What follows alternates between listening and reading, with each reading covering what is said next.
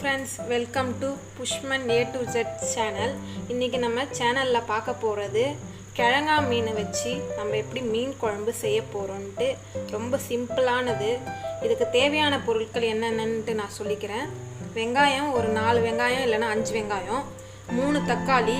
வெங்காயம் ஒரு 4 எடுத்தீங்கன்னா 3 தக்காளி எடுங்க. வெங்காயம் 5 எடுத்தீங்கன்னா 4 தக்காளி எடுங்க. ஒண்ணுத்துக்கு ஒண்ணு கம்மியா எடுங்க. ஒரு பூண்டு ஒரு 20 பல்லு பூண்டு நிறைய போட்டுங்க மீன் குழம்புக்கு, அப்பதான் கொஞ்சம் டேஸ்டா இருக்கும். இப்போ நம்ம கடுகு தாளிக்க போறோம். கடுகு போட்டுங்க. கடுகு நல்லா பொரிஞ்சணும். சீரகம் போட்டுங்க. சீரகம் நல்லா பொரிஞ்சதும் வெந்தயம் போட்டுங்க. மறக்காம வெந்தயம் போடுங்க. இந்த மாதிரி நான்வெஜ் ஐட்டம் செய்யறதுக்குலாம் வெந்தயம், அதுக்குன்னு கறி குழம்புக்கு போட சொல்ல நான். இந்த மாதிரி நான்வெஜ் ஐட்டத்துக்குலாம் வெந்தயம் போட்டுங்க. மீன் குழம்பு, காரக்குழம்பு, அந்த மாதிரி குழம்புலாம் வச்சிங்கன்னா வெந்தயம் போட்டுக்குங்க. இப்போ நம்ம பூண்டு போட போகிறோம்.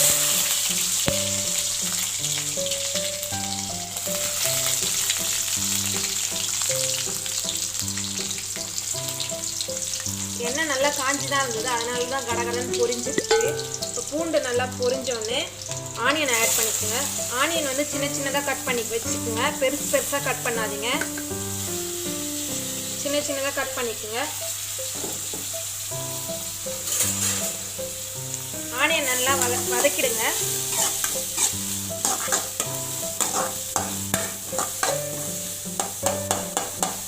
ஆனியன் நல்லா ப்ரௌன் கலரில் ஆகும். ப்ரௌன் கலரில் இல்லை, சாரி, பிங்க் கலரில் ஆகும். பிங்க் கலரில் ஆகிறதுக்கு, ஆனியன் நல்லா குக் ஆகிறதுக்கு சால்ட் போட்டுங்க. எப்பவுமே ஆனியன் உங்களுக்கு சீக்கிரமாக குக் ஆகணும்னா சால்ட் எப்பவுமே ஆட் பண்ணிக்கோங்க. நீங்கள் சால்ட் இப்போ நீங்கள் குழம்புக்கு ஒரு 2 ஸ்பூன் போடுறீங்கன்னா ஆனியன் போடும்போது 1 ஸ்பூன் போட்டுங்க. அப்புறம் குழம்புலாம் நம்ம செய்யும்போது புளி கரைச்சி ஊற்றும் போது அப்போது நம்ம 1 ஸ்பூன் போட்டுக்கலாம். இப்போ நல்லா கொஞ்சம் ஹை ஃப்ளேமில் வச்சுட்டு நல்லா வதக்குங்க. ஆனியனை நல்லா பிங்க் கலரில் ஆகும். வெங்காயம் நல்லா வதங்கிடுச்சு பாருங்கள், நல்லா பிங்க் கலரில் இருக்குது.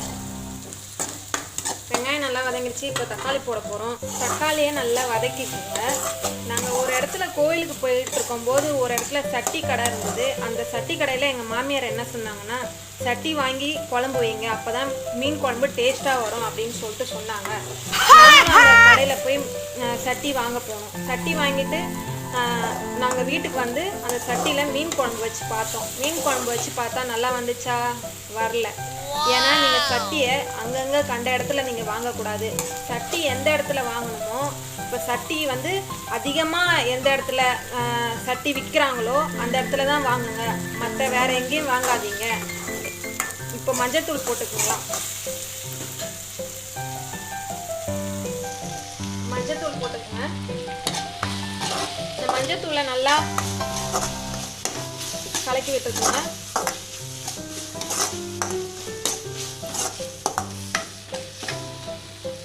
இப்போ நான் ஒரு லெமன் சைஸுக்கு புளி தண்ணி கரைச்சி வச்சுருக்கேன். ஒரு லெமன் சைஸ் எடுத்துக்கோங்க. லெமன் சைஸுக்கு நான் ஒரு புளி தண்ணி கரைச்சி வச்சுருக்கேன். அதில் 6 ஸ்பூன் நம்ம வீட்டு குழம்பு மிளகாத்தூள் போட்டு வச்சுருக்கேன். உங்களுக்கு குழம்பு மிளகாத்தூள் வீட்டில் எப்படி ரெடி பண்ணுறணும்னு உங்களுக்கு தேவைப்பட்டால் கமெண்ட் பண்ணுங்கள், நான் உங்களுக்கு சொல்லித்தரேன். இப்போ தக்காளியும் வெங்காயம் பூண்டு நல்லா வதங்கிடுச்சு. இப்போ நம்ம கருவேப்பிலை போட போகிறோம். நல்லா வதங்கினோடனே போடுங்க, அப்போ தான் கருவேப்பிலை தனியாக தெரியும்.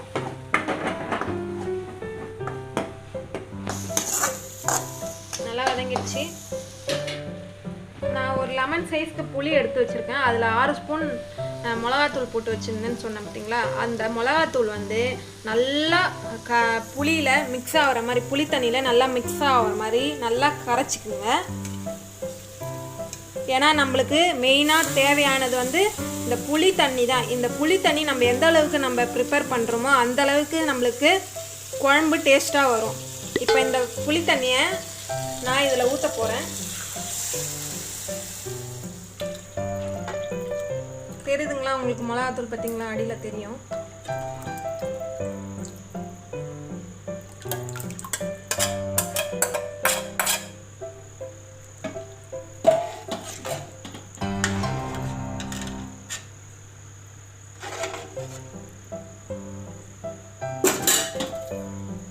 இதில் கொஞ்சம் மிளகாத்தூள் இருக்குது. இதில் நம்ம வாட்டர் ஊற்றி ஆட் பண்ண போகிறோம்.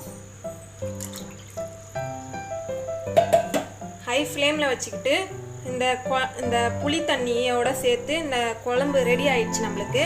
இது நல்லா கொதிக்கணும். நல்லா கொதித்து இந்த கொஞ்சம் கீழே இறங்கியிருக்கணும். கீழே இறங்கிட்டதுக்கப்புறம் நம்ம மீன் போட ஆரம்பிக்கலாம். இப்போ நல்லா கொதிக்கிட்டோம். இப்போ நல்லா குழம்பு நல்லா கொதிச்சிருச்சு பாருங்கள். நான் சொன்ன மாதிரியே நான் இந்த 2 புள்ளி விரலும் ஊற்றுனேன். உங்களுக்கு தெரியுதா பாருங்கள்.